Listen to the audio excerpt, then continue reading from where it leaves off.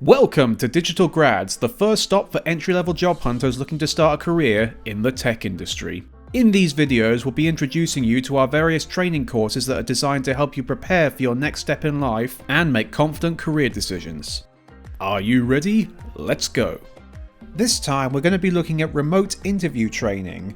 With travel costs rising, lack of housing, and some unfortunate business with the pandemic, more interviews and jobs are done remotely these days. So, it's a good thing to know how to ace a remote interview to get you one of those jobs, providing that your internet connection is consistent.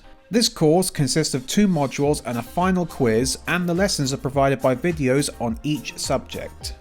The first module's lesson goes into how remote interviews work, the kind of programs that are used for them, why they are used, and the benefits and drawbacks. The second lesson goes into the interview process itself, the ideal sort of setup, dress code, speech style, and computer layout you should have when doing a remote interview. The second module gets into more what you'd expect out of remote work, if it's the kind of work that suits you, why it's become more common these days, and things that are important in that role, like communicating with your manager or boss.